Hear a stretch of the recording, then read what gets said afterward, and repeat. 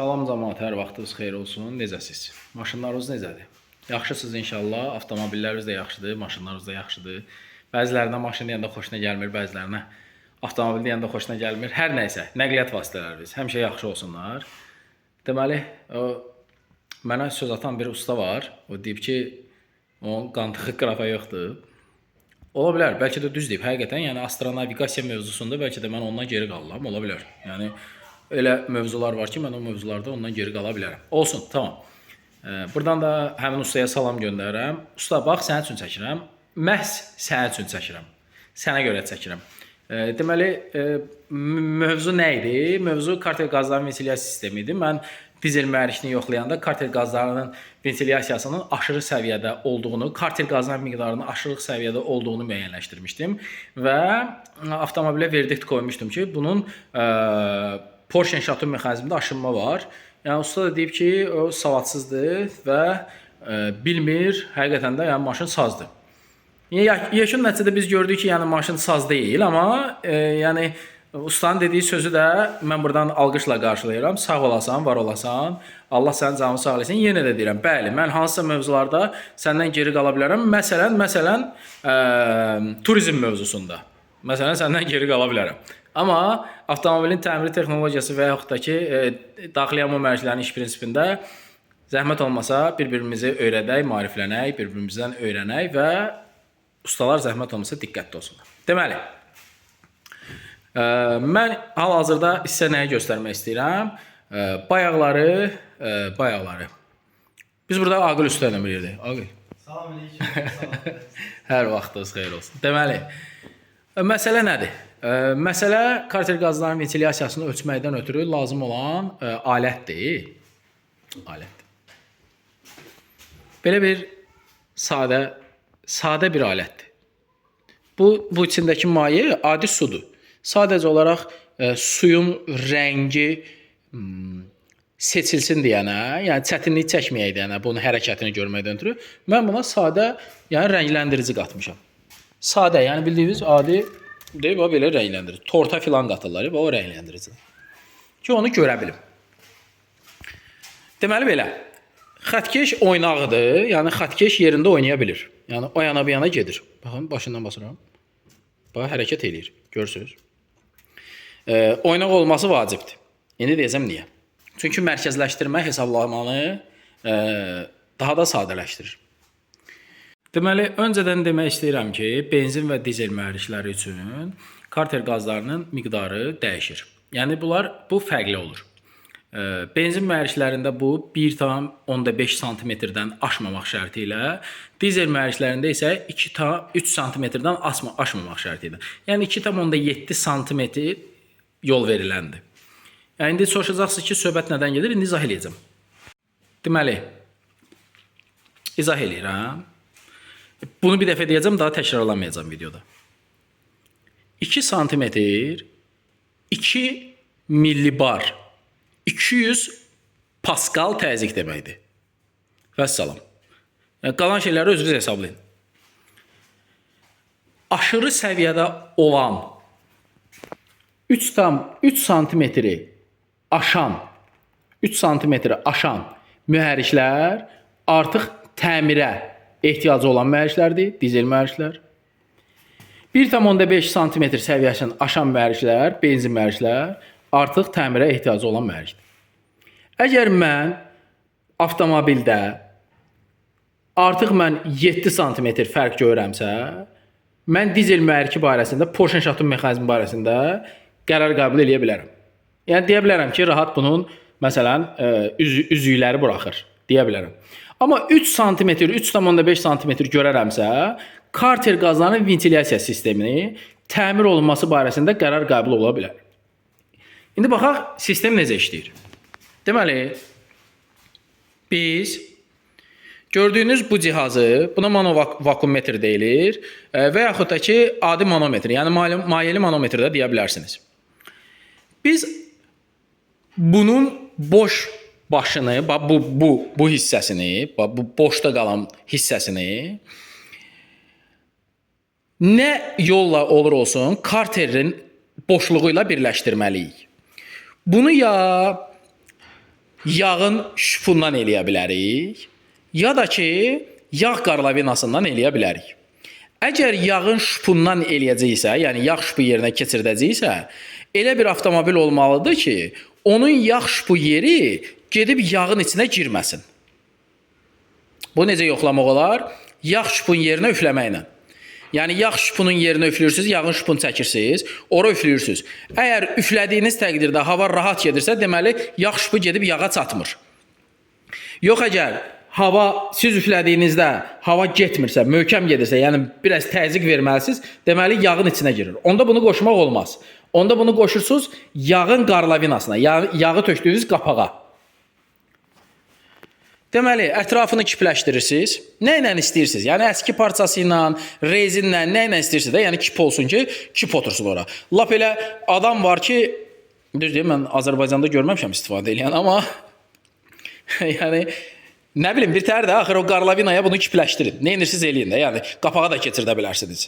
Ki bütün təzyiq hamısı bu borunun içinə keçsin. Yəni oradan çıxan tüstü hamısı bu borunun içinə keçsin. Və beləliklə bu mayeyə təzyiq əmələ gəlir.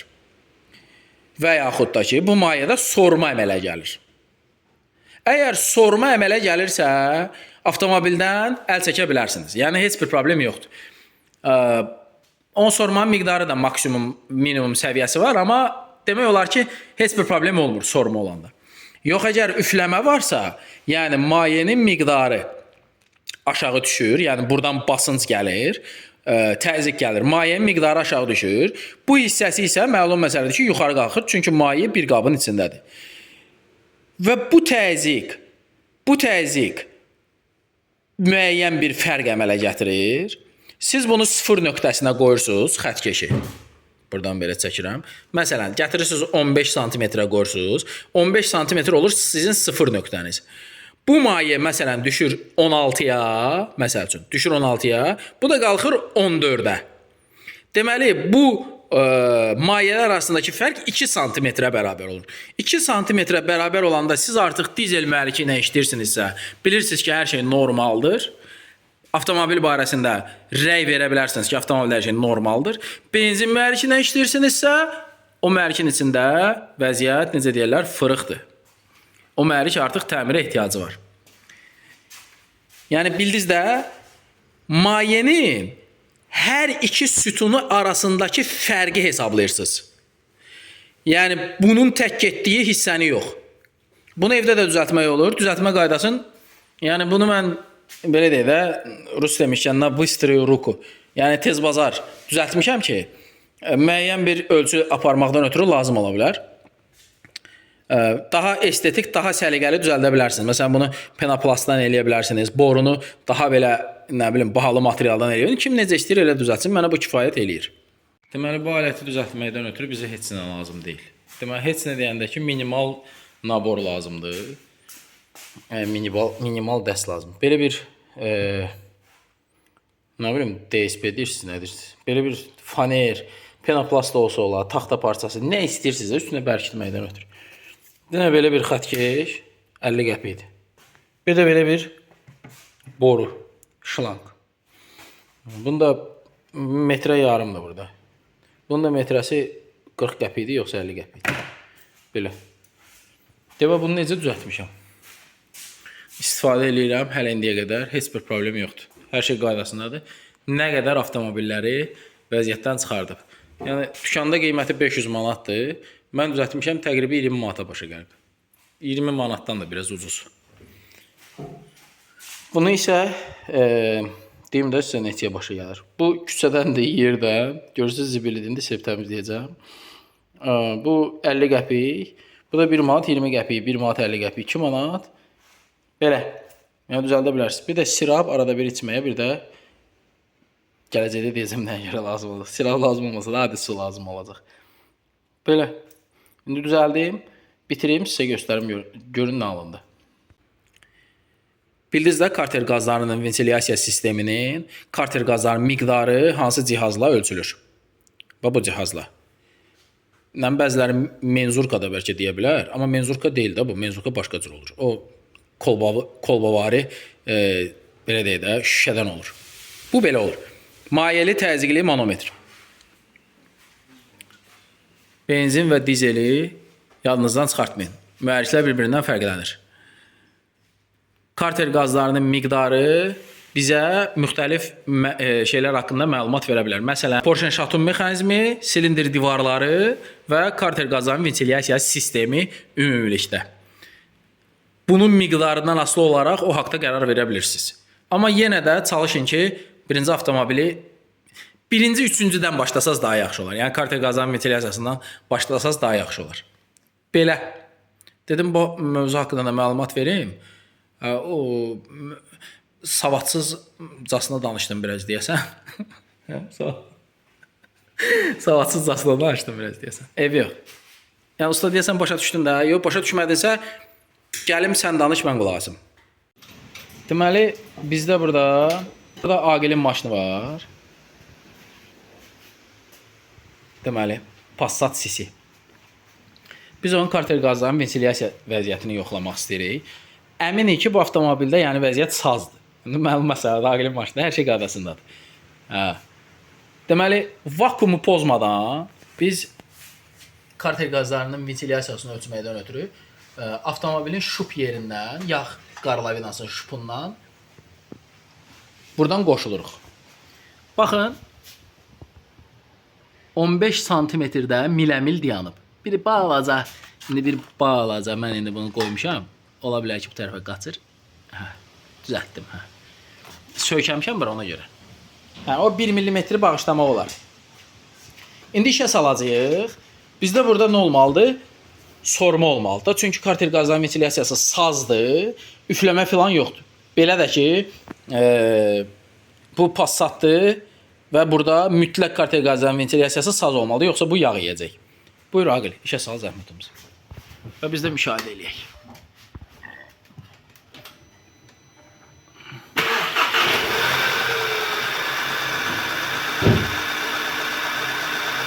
On beş, 1, 2, 3, 4, 5 yarım. 5 yarım aşağıdan 5 yarım. Sormanın dərəcəsinə baxıb. Demək olar ki 10 paskal. Yox, 10 santimetr. Təqribi 10 santimetr, 9 santimetr. Bu eləyir 900 paskal. Karter qazları bunda hamısı ventilyasiyaya gedir. Heç ara getmir. Gördüyünüz kimi. İndi qarlavinanı aç, vəziyyəti pozaq. Gördünüz. Bırak. Bağla. Maşınla hər şey qaydasındadır. Belə. Bu da bir nümunə.